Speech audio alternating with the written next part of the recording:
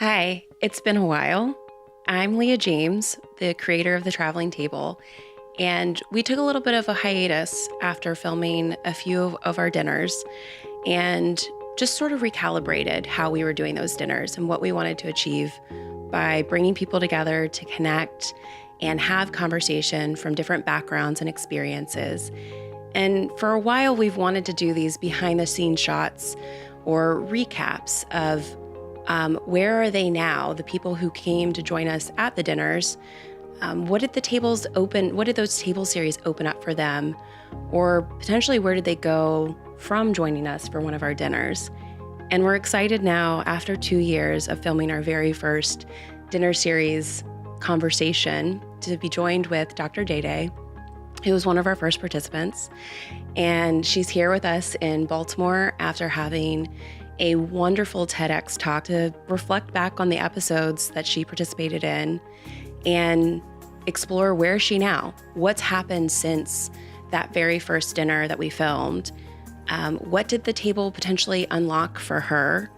How did it impact any part of her story, or did it? And what are the parts of her story that we don't know? We didn't get a real deep dive into who the people were at the table. We got glimpses of them, glimpses of their stories. And now it's time for us to kind of unpack that a little bit more.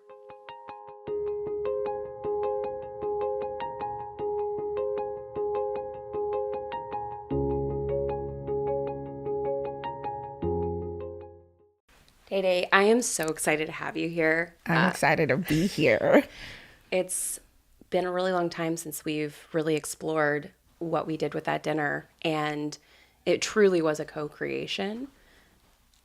I want to go back through that very first episode where you brought us along for your lived experiences and welcomed us into life through your eyes.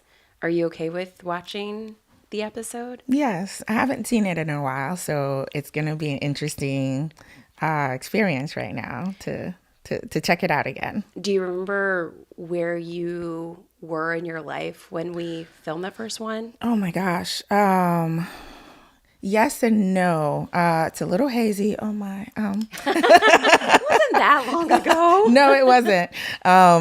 But a lot has changed and a lot has not changed. So it's a little bit hard to gauge where I was emotionally, as well as professionally at that time. But suffice it to say that I was in a really vulnerable place, and being able to be at the table allowed me to dig into that and to expose a little bit more of myself than I'm usually or have ever been comfortable doing. And that was a catalyst for me, and it was meant to be a catalyst to encourage me to continue to be open and to share more of who I am with people. Did that play a role at all in why you joined us at the table? Oh, absolutely. Yes. So, okay, actually, I want to dig into that before we watch, if you're okay with it. Because Yes. I want to know this before we watch and reflect and see if anything changes in your answer. Yes. When you said yes because you wanted it to be the catalyst. Is that what I'm hearing? I said yes because I wanted to know what that experience was going to be like. I knew what you were trying to do by bringing folks together, and just getting together with people that I hadn't ever met before was an interesting concept. And to find out how close can we actually get within less than a 24-hour period. And I feel like that particular group was so well selected. All of us gelled from the moment that we met, even before we started the filming. And I think that played a significant part in helping me decide how I was going to tell my story when I got my question cards. I love it. I remember, and I'm curious how it feels when we watch this, but I remember being really blown away by how much you shared, because it took so many years of knowing you to know even just little pieces of that story. Yeah. So the fact that you just went wide open Yeah. and shared it with people that you didn't know, Yeah. it was really incredible to watch happen, and really I mean, I think I truly felt honored that you felt safe enough to share it in that moment. Yeah. So, yeah. And I thank you for that. And that was the catalyst. I didn't come in knowing or expecting that that's what was going to happen. But in the hours leading up to us sitting down at the table, getting to know everyone who was going to be there in the room with me and getting to know them individually and as a group, they felt like people that I already knew. And I think that was what made it easier for me to decide, okay, this is a scary thing, but I'm in a safe place. I'm in a safe space. I'm in a brave space. And it's time. It's time for me to do this, because if I don't do this now, when am I going to do it? And I need to do this now in order to make the kind of impact in the world that I really wanted to make. Okay, you keep saying catalyst, and I know we're going to dig into it more after we rewatch it. Yes. But what does that mean? Like, you keep saying this was a catalyst to something else. Yes. But what was it a catalyst to?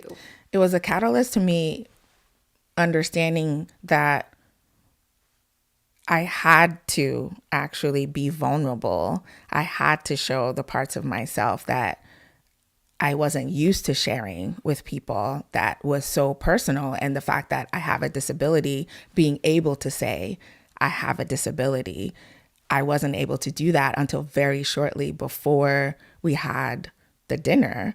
And being able to own that in the dinner was a catalyst for me to be able to actually move forward with the kind of work that I want to do. Like I was saying at the table, there is no way for me to express to people the meaning behind what it means to include people like me, people on the margins, people at the intersections, if I don't show them what it means to be me, to live in this skin, and how difficult it is when I'm not included. So I have to be willing to show them that painful part, that scary part, for them to be able to empathize. And that's what it was a catalyst to. Okay. Well, I'm really excited to revisit this episode with you. It was such a meaningful moment in time. And I don't know, see how it still lands where you still resonate with that person that you were in that moment. Mm-hmm. And get an idea of what has evolved since, or how you feel since then. And I'm just excited to rewatch it. Mm-hmm. I think we're down to Daisy's question. All right. Daisy's question. My question is, you're so beautiful. A moment you felt like you had to cover a part of who you are to fit in. And that's what I said too. I needed that drink. It's like, okay. Yellow in this, like, I think this is one of the This was so beautifully filmed. Yeah. The colors, the way it captured you is just really stunning. Well, before we get started, I just want to thank everyone for being here and being open-minded to come and have dinner with people that you don't know. I'm Day, and I'm here today from Oakland, California. Go Black Panthers. One thing that I really want people to take away from first meeting me is my sense of sunshine. So, and openness to a certain extent, but like, I have a very non-judgmental nature. I don't care who, what, where you are from, how you identify, anything like that. And like Brittany said, instead of being seen, I want people to know that they've been heard. So I can't share a single story or a single moment because my entire life has felt like a series of a love like moments where I had to hide, obfuscate, remove, change, blend in different parts of myself that didn't fit into the environment that I was currently in, or to intentionally hide times. And the place that I am in now, where I'm starting to get comfortable with realizing who I am, all the parts of who I am, infusing all of that into the work that I do, is a special moment in time now where I feel like all of those things that I've had to hide growing up, I never talked about having a disability because I didn't know that you were supposed to talk about it. I'm adopted, but I'm also not adopted. My dad is my real dad. My mom is my real mom, whatever that means, even though she didn't give birth to me.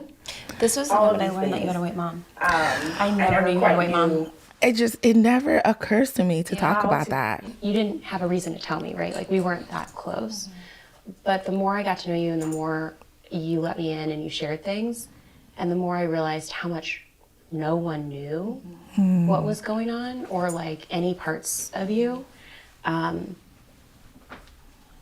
I just think it's really incredible and really powerful that you are feeling like you're ready to start sharing these things, because I think there's so many people that benefit from your power, and from the work that you do and from your experience and from your lens.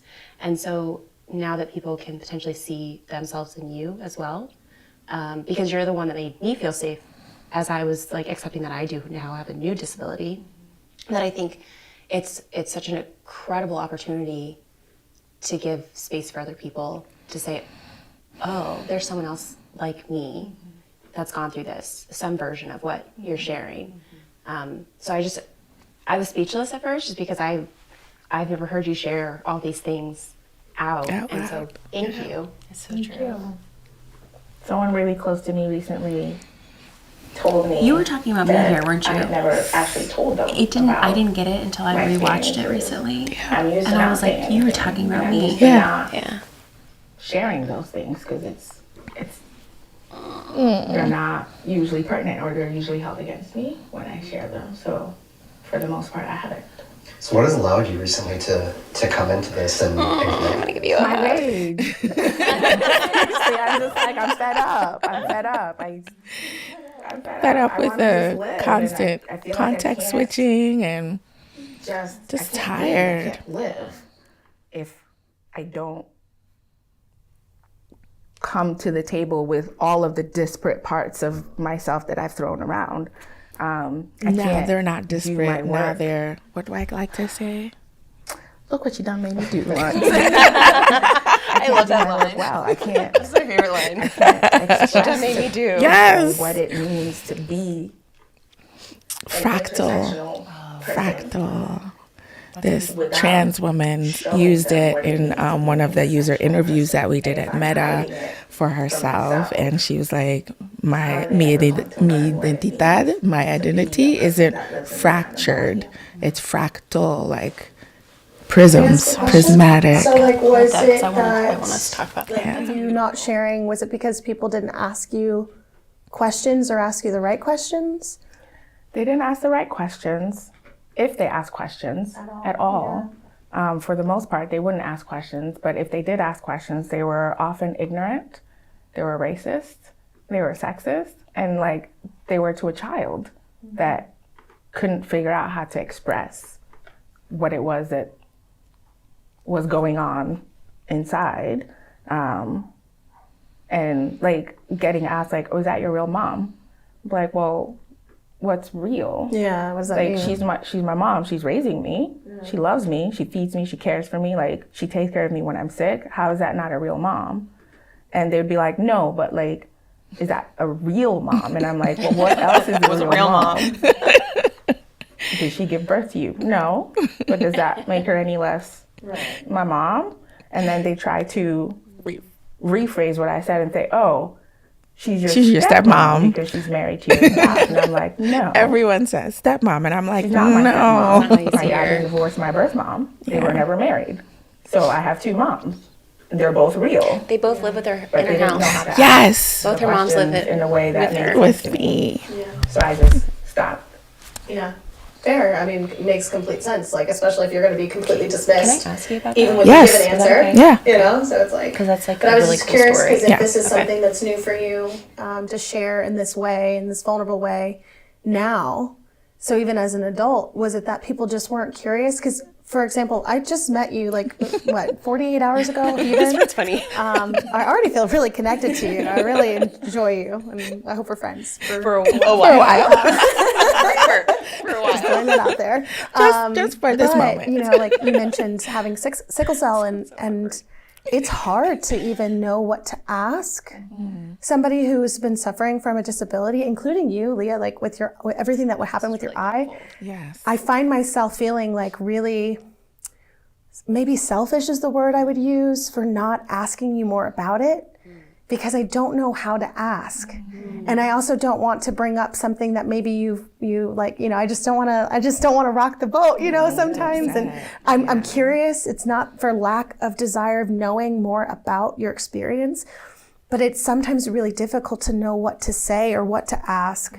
And I think maybe if you could provide us here and this whole experience with ways for us to engage in those conversations and be more curious about what disability is, you know, especially the ones that are unseen, because your eye looks beautiful to me. Like I would never know had I not known. And of course I would never know had I not known. And anybody who's suffering from depression, you know, like a deep loneliness or, you know, just something else that's like hidden. How do you ask? Like Leah's curious, I'm curious. The work that I do, like you have to approach it with intentional curiosity. You have to be open to asking people questions, and you have to be open enough and vulnerable enough with yourself to be vulnerable with someone else. So you have to approach it in a manner that's like, I don't understand, and I would love to understand. What do you experience? Can you walk me through? If you're comfortable sharing. And I also need to then be comfortable enough to be able to say, I can walk you through within this context or right now, or if I'm not comfortable right now, it's still too fresh or too painful, but maybe at a later time we can talk about it.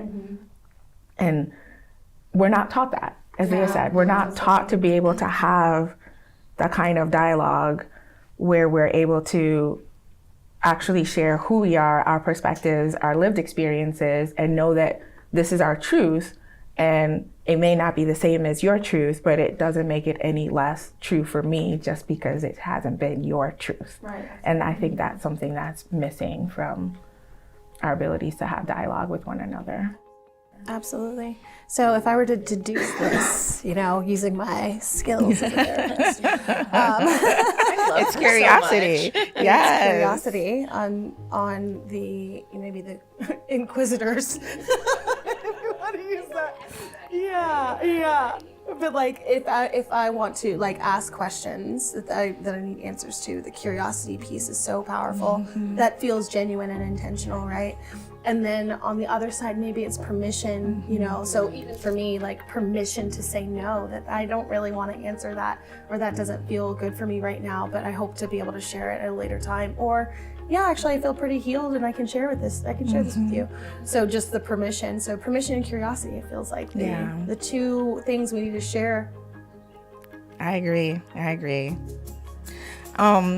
One thing that I remember now that I thought about at the time was that I really wanted to connect the sense of vulnerability and being able to actually explain what I experience when I have a sickle cell crisis or something like that. If somebody asks, oh, like, I don't know about sickle cell, what's it like? I haven't had things to point to in media until recently, for example, to explain what it's been like.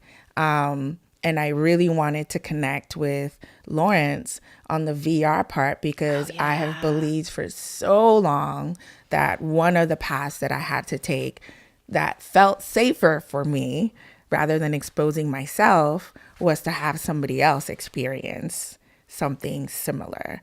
It didn't have to be experiencing pain because it's hard to do right now. Like you need haptic suits. And even then, I don't think it's pain. But like have somebody step into a VR scenario where they have a different skin tone and interacting with people in that environment, how they're treated differently, it sinks immediately, right? So that sense of compassion or ability to get to compassion for somebody else, I think VR is a critical tool that we can use, and that was the direction that I was leaning towards in terms of offering a tool, a product, something that I could sell, right, as part of my brand that wouldn't take too much away from me. Yeah. And I wanted to lean into that a bit more.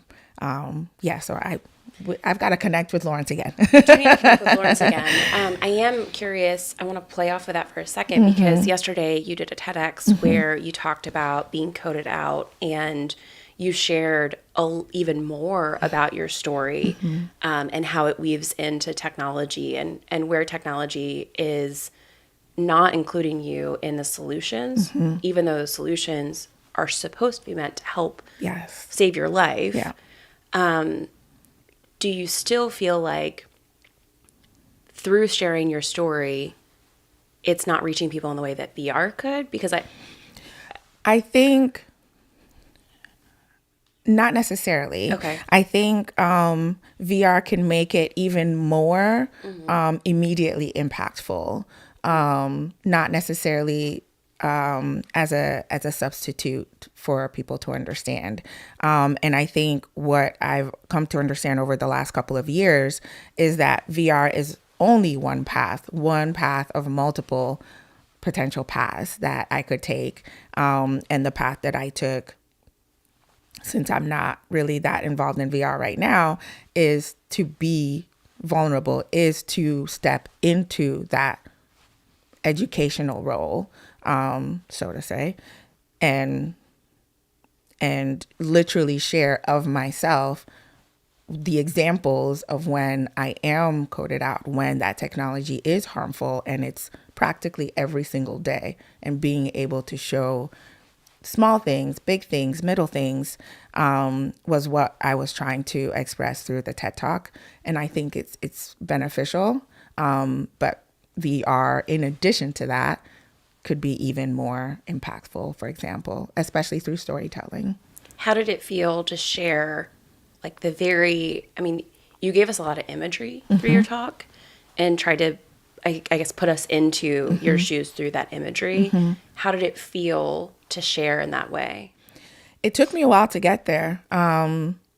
It took me quite a bit of rewriting and speculating whether the imagery is enough.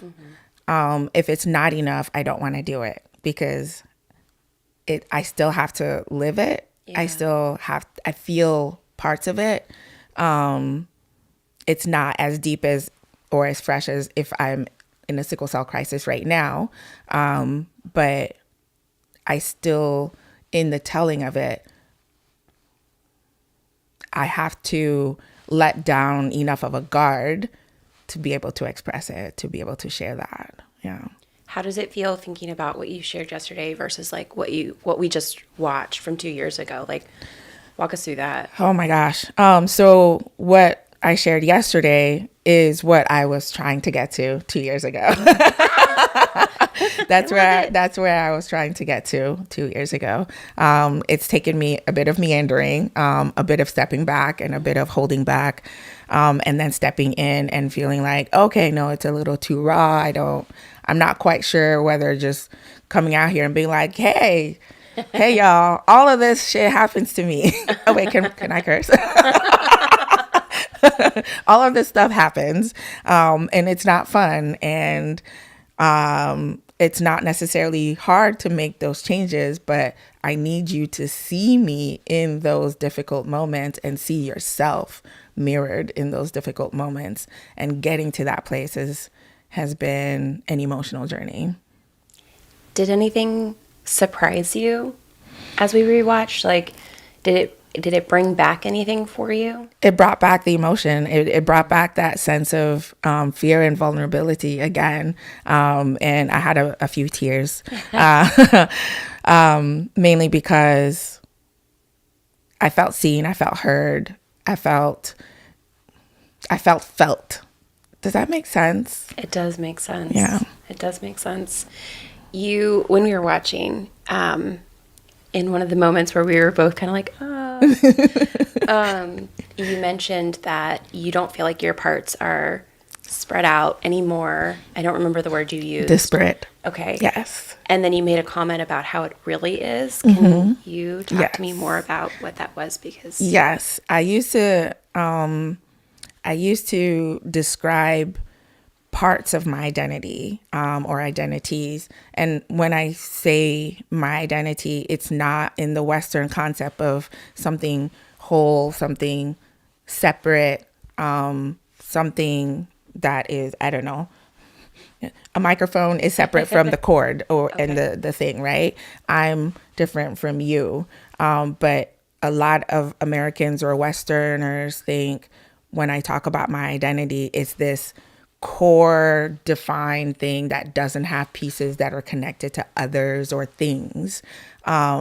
Whereas the way I grew up and understand my identities is that pieces of me are in my loved ones and they're in me. So there are pieces of me all over. And I used to say they're disparately spread out, but that's not actually the case. I heard this trans woman refer to herself and her identities as fractal rather than fractured. And I thought, that's it. That's perfect. It's prismatic. It's all these different pieces, all these different rainbows. And depending on how you shift it, you see something slightly different. But they're all still part of this whole that makes up me. And I cannot be me without all those pieces of me and all of my loved ones. that imagery is so beautiful, like so beautiful. And it really does capture, I think, the human experience in a way that we don't often talk about it. Or at least I guess I don't envision. I can't say as a general population, people don't visualize it that way because obviously people do. I didn't. And so I love that visual of your life. I have to say there's some things in there that happened that I missed because we were in the moment. And I even didn't really capture until rewatching it. Can I list a few and we can figure out where we go from it? Yes. One is I've known you since 2016 and I did not know you had a white mom. And I've met Mama. Yep. And your birth mom. And I just assumed, I had a lot of assumption, never even thought to be curious enough to ask you about that. I just assumed your other mom was also Black. Yeah. Because your dad is Black. Yeah. So I just made that assumption. So that was a moment I was like, oh, interesting. Learn something new about Day. Love it. So I want to talk about that. Two, I want to talk about where those relationships are now, because that's a really beautiful, cool part of your life that I don't think many of us get to experience.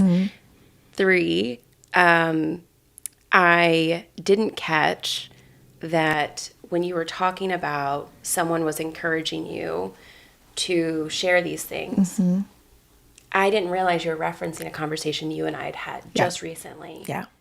I'll start with the last one, making the comment that recently a friend, someone really close to me, said, you really should share more about yourself when you feel comfortable. And this actually goes back to the TED Talk. So much is connected to the TED Talk. And now I understand, that I was trying to put too much into the TED Talk within the amount of time that I had. I was actually trying to put that experience into the talk. And that experience is specifically that I found out that my shoulders were dying. The shoulder bones were dying. It's called avascular necrosis in medical terms.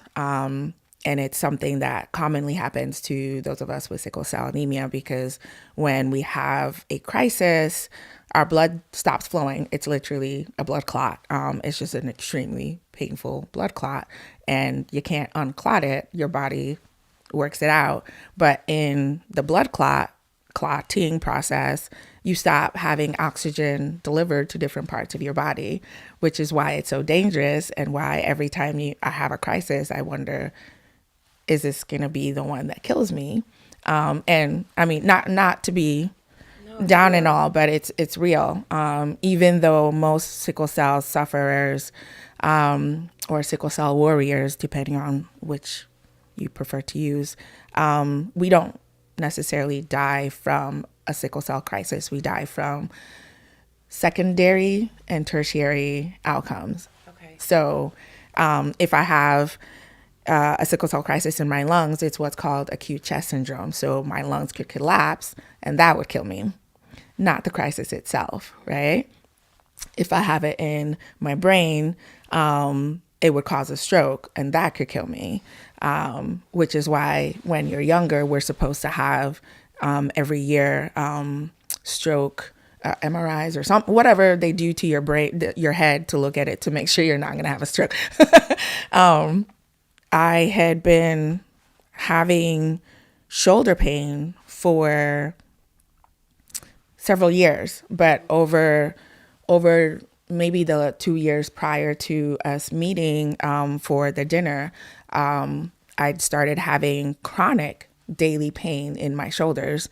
And so we discovered that both my shoulders needed to be operated on. But because I'm so young, with my hip surgery, they wouldn't operate until I wasn't able to walk for 10 minutes without the aid of opioids or narcotics.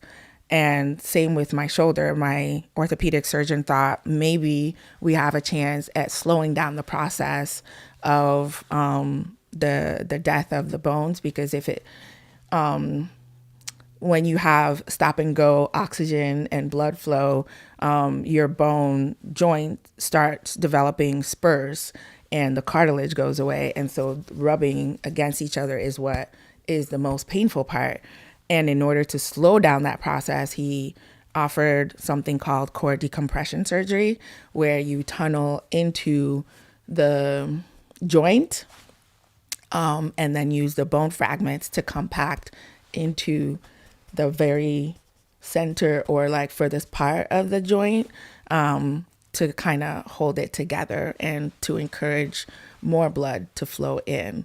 And I had to do both shoulders At the same time, right? at the same time. But I was trying to get workplace accommodations because I couldn't use one arm for a while, and then I couldn't use the other arm. But then like I actually couldn't use either arm, even though I was like doing PT, because they were both in pain, hurting.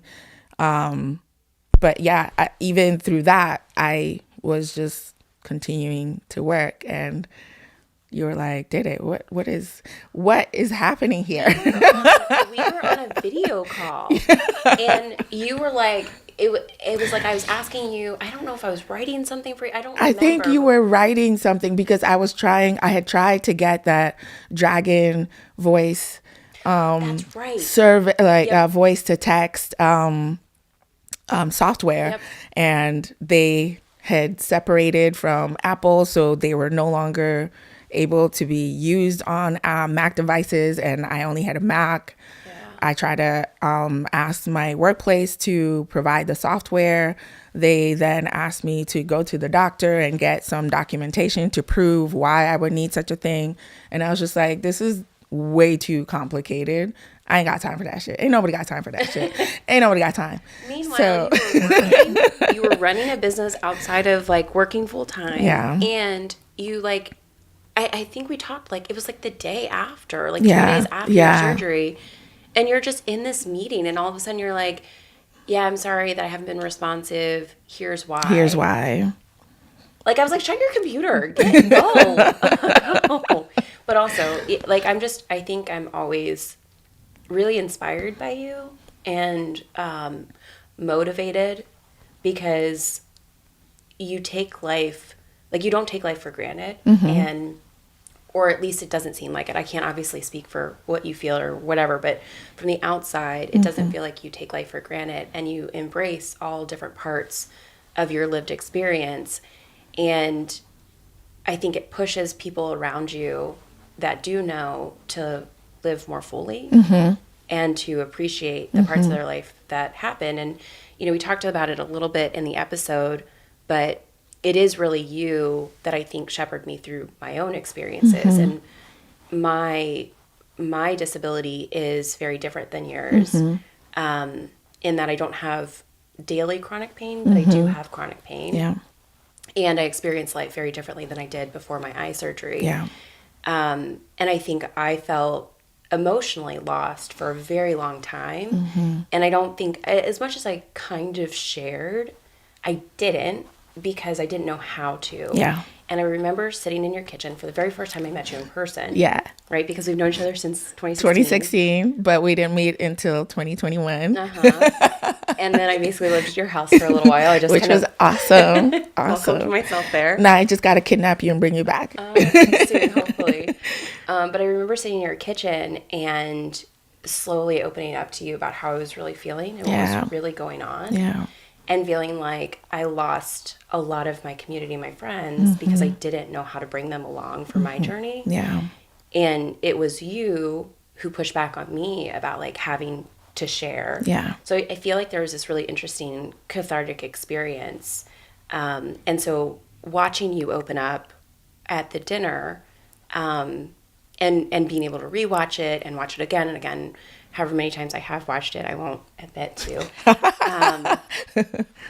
But it continues to give me strength, which is just a really, I think, makes me even more grateful for our friendship, and makes me really grateful that you're willing to bring us along for your journey, because I know it's hard and I know it can be painful to be that vulnerable. Yeah. So I just want to say thank you to you, because it's powerful to so many people that you might not even know. Yeah. Thank you. Yeah. And also, don't be like Day Day. Don't overwork. Don't be addicted to work and pushing through and all the white supremacist BS, and the capitalist BS, and you being only worth your ability to produce, which is what I've believed my entire life, which is what I've been made to believe my entire life. So that's what's made it really hard to share the vulnerable moments, because I'm scared that it will be then turned against me. So instead of, let's say, I'm at work and I can't work. Like, there are just days where there's too much pain and I can't work, but I can't necessarily say that at work. And I feel like if I did, people would just be like, well, and so what? Okay, like, push through, take an aspirin, take a Tylenol, take la, la, la, la, la. And there isn't the understanding that it's not Tylenol, ibuprofen level, it's narcotics level. And I just don't want to be on narcotics. But also, who is functional or sensible on narcotics? Nobody. And they make me feel like the world is tilted, like I'm crazy, and I would rather have the pain and quote unquote push through. But that's not been a good thing. And I think that I have developed really bad habits from trying to hide and pushing through. Yeah. I'm really excited, I think, to see where it goes as you share more. Yeah. I think there's so much that people can learn through the experiences you choose to share, because you don't have to share any parts of you that you don't want to. But I think the world is a better place because you bring us along for your journey. It allows us to design better, build better, be more patient and compassionate and thoughtful, because we don't know what people are going through. Yeah. And like, pain causes us to act in really interesting ways. Yes. That like someone who's not experiencing pain might never understand. Yeah, that's a good point. That's a good point. In my head, I'm like, oh no, I can't say I have pain today, because they'll be like, girl, we all have pain. Not my pain. Not this kind of pain. But I mean, also I get it, because yes, everybody does have pain, and to a certain extent, everybody has to deal with it in different ways. But I think it's this journey over the last 2 years has been one that's taught me that I have to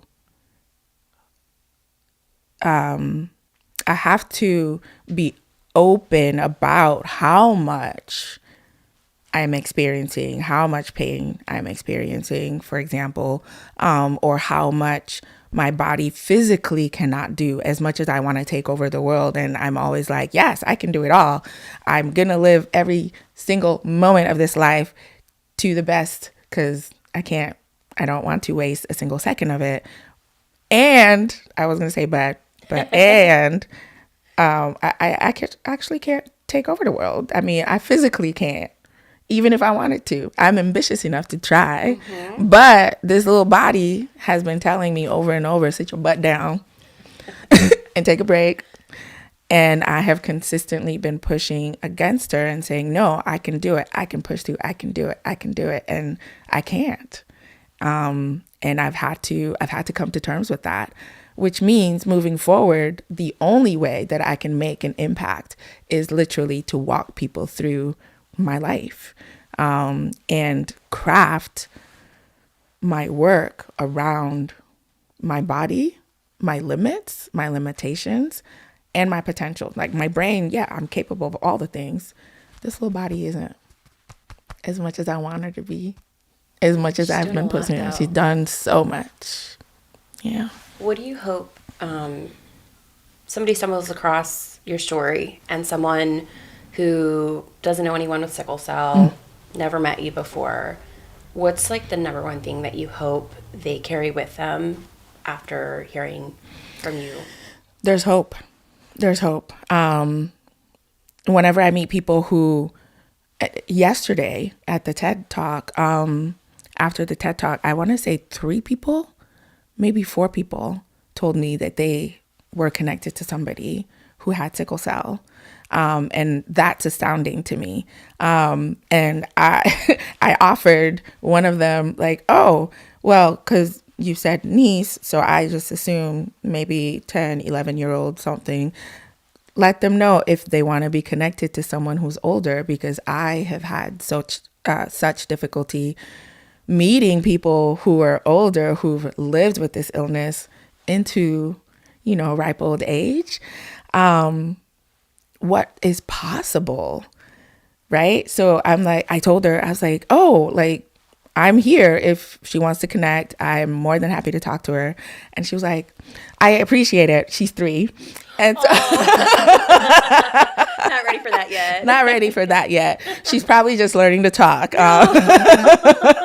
But her mom or her dad would be people who I'd be willing to talk to, because they don't know what's up ahead, right?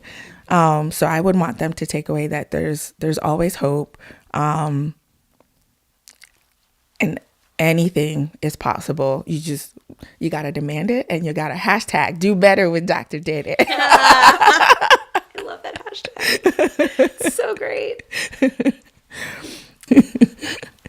Earlier, I mentioned that while we were at that dinner, you shared that you had a white mom in your story. Mm-hmm. And I didn't know that until that moment. Mm-hmm. And I had met Mama, and I knew that your dad was Black. And so I just made the assumption that your mom was also Black. Mm-hmm. I would love to hear more about those experiences, because you also have a cool new experience. Yes. I just think it's really interesting that you don't reference those experiences. Yes. I used to not reference those experiences.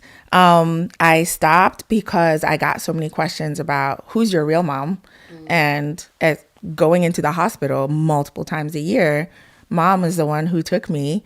Mom's white, and the nurses and doctors would be like, "Who's this white lady with this little black girl? Is this your grandma? Is this, because she can't be your caretaker? She's a little too old, right?" And I was like, don't want to explain.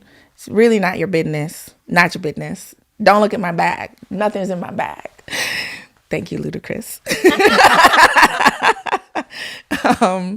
So I stopped actually referencing anything about being a transracially adopted child.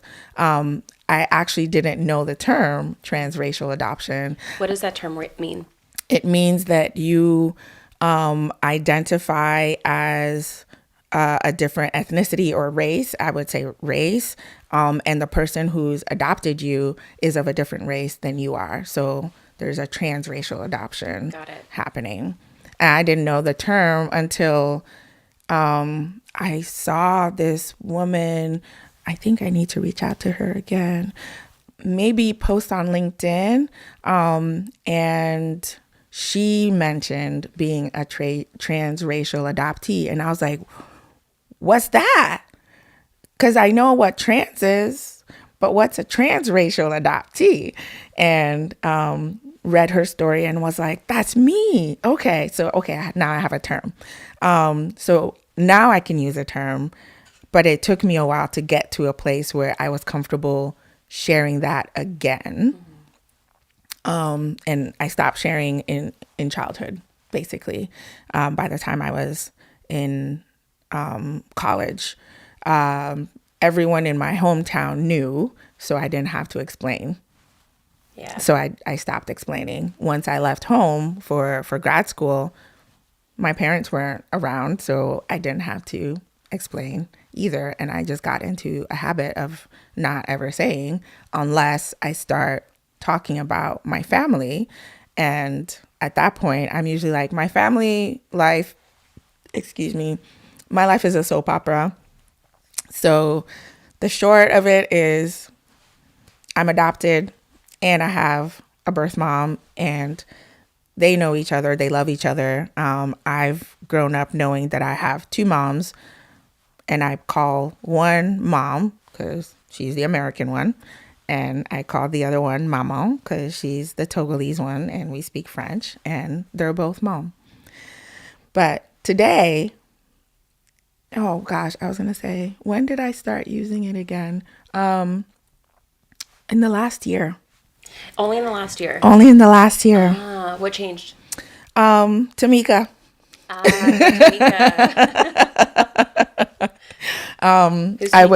Tamika Allen Koto is my chief of staff and marketing manager extraordinaire, and all things Day in digital, in the digital world. She has been phenomenal in helping me craft my introduction and not be scared to be upfront about it. And to the point that I think I sent out an application for a grant, or I was writing a story about my experiences actually. And she put it all into this crazy sentence that I absolutely love. And I started using everywhere. Hi, I'm Dr. Dede Tetsubayashi. I'm an Ivy League educated polyglot transracial adoptee from Togo, West Africa, living with sickle cell anemia and chronic daily pain. How does it feel to say that? It feels good because it's owning all the little pieces that people don't know right off the bat. And it feels good because I'm like, this is me. All of the complex nicks of it. And yes, it's a mouthful. I am a mouthful. And I'm proud of being a mouthful.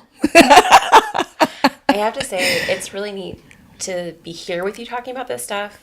to have watched that, to see you on stage yesterday, because I remember in the dinner watching you talk, sitting next to you, watching you talk, and being sort of in awe, watching this like glow happen. Not that you don't always glow, because you do. It was just really neat to see you soften as you let us in a little more, Yeah. and a little more, and a little more. And even as you expressed about your rage and the different feelings you were feeling, you still just like softened and glowed. Mm-hmm. And now it's like you have this relaxed confidence, Yeah. which again, I've always seen you confident, but it's different. It's different. Yeah. I've been doing a lot of work over the last 2 years Yeah. to get comfortable with self, and get reconnected with self, and own that I do have power in different ways and that I hadn't expected, and that it's okay, even when it feels scary, even when it feels like, well, other people don't have that, so I should hide it, or other people can't do that, so I should hide it. But it's getting more comfortable with who I am, and deciding, making a choice that no matter what, all of the complexness of my life like creates pain, but it also creates incredible joy. Yes. Oh my God, that has helped tremendously. So I've had a lot of therapy. I've reconnected with my roots and my ancestors, and all 55,555, apparently. That's an angel number. Angel number. I'm going to go check it out some more. But feeling reconnected to what feels to me like my ancestors and my guiding spirits, and feeling rooted now. I've made a choice to find joy in all the things, because that is the most important, no matter what. So part of finding joy,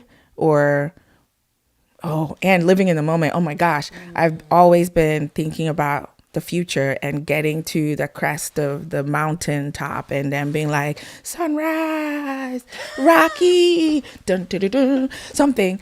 But I have climbed so many mountains that I have not seen as mountains, and I've gotten there and maybe it was like, boop, okay, no, there's still more to go, rather than dun, dun, dun, dun. So now I'm trying to enjoy right now, because there is nothing else that's guaranteed but right now. So treasuring that, and finding joy in the moment and whatever I'm doing now. And part of that is now I brought my mama.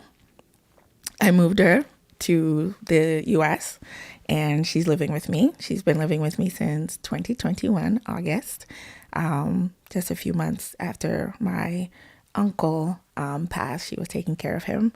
And in December of 2023, oh my gosh. It's already been that long. Yes. Oh, December 2023, moved adopted mom, Judy, into the house as well. So now I've got both my moms with me, and it's a handful. But you're doing it. But I'm doing it, and I'm so happy and so proud, and they're the living embodiment of what I've always wanted to achieve, which is to be in a place where I feel stable enough financially and emotionally, to be able to then give back and support them for the sacrifices that they made to raise me. So, yeah, and seeing them together, oh Lord, they're crazy. But how special that like your birth mom, like, let's talk about real love there, right? Yeah. Like your birth mom is in a home, in a shared living experience with your adoptive mom, who is your dad's wife. Yeah. And part of mama's like gift to you was, yeah, I will let these two people raise you so that you have all the opportunities possible that I can't give you here. So I'm a miracle. She's a miracle. Yeah. I just love you to death, and I love your family and the ways in which they demonstrate what I think true love really is. Yes. And yes, I hope everybody gets some fraction of that love in their life, because that would be just an explosion of love. Yes. And I'm really grateful that you are so willing to share with us.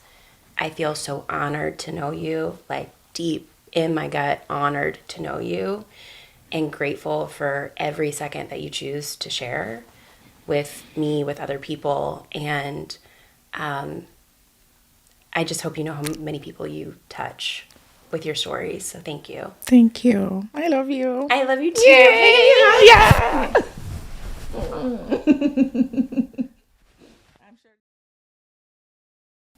Our hope is to bring back the traveling table as a filmed experience and to show a little bit more behind the scenes of the people who are joining us at the table, why they've come to the dinner, why they've been picked to be together at the table with the other folks that they don't know, and really exposed people to different lived experiences. You know, I started this series originally for me to reconnect with the world after the pandemic, after my extreme isolation from my eye surgery, where I did have to relearn how to see and use both my eyes together and think differently. And I felt like I had this hypothesis that if I could get strangers to sit across the table from each other who would not have any other reason to meet one another, that I could help deepen empathy and boost curiosity, with the hope that it helps with removing extreme isolation and polarization from one another. I do truly believe the more we're exposed to people with different lived experiences than our own personal experience, we are more compassionate and understanding of why someone lives a certain way, or why someone chooses something that's different from how we would choose it, or makes a decision that's different than ours. It allows us to coexist. And I think right now it's really critical that we're exposed to different experiences from our own for that reason. I would love to see us soften a little bit more in our lives and be more curious about people rather than make those assumptions about why they've lived a certain way. So if you want to help us bring these series back by being a part of it or participating in some way, we would love to talk to you. And we would love to hear your stories or collaborate with you in some way. And I'm really excited to hopefully reconnect with folks that have been a part of this experiment of what it originally was, and hear their stories, hear what happened that got them to the table, hear the context that we didn't get to include in the actual series itself. And then where are they now 2 years later? And where are we going? How do we continue to have these conversations so that we can build a more cohesive community and society where we have compassion and understanding for one another? And I just hope that you'll join us, engage with us, participate in the conversation, whether you're actually at the table or behind a mic or a camera. We want to have this conversation in the most open, authentic way as possible. So we really look forward to hearing from you. Yeah? Yeah. Yeah.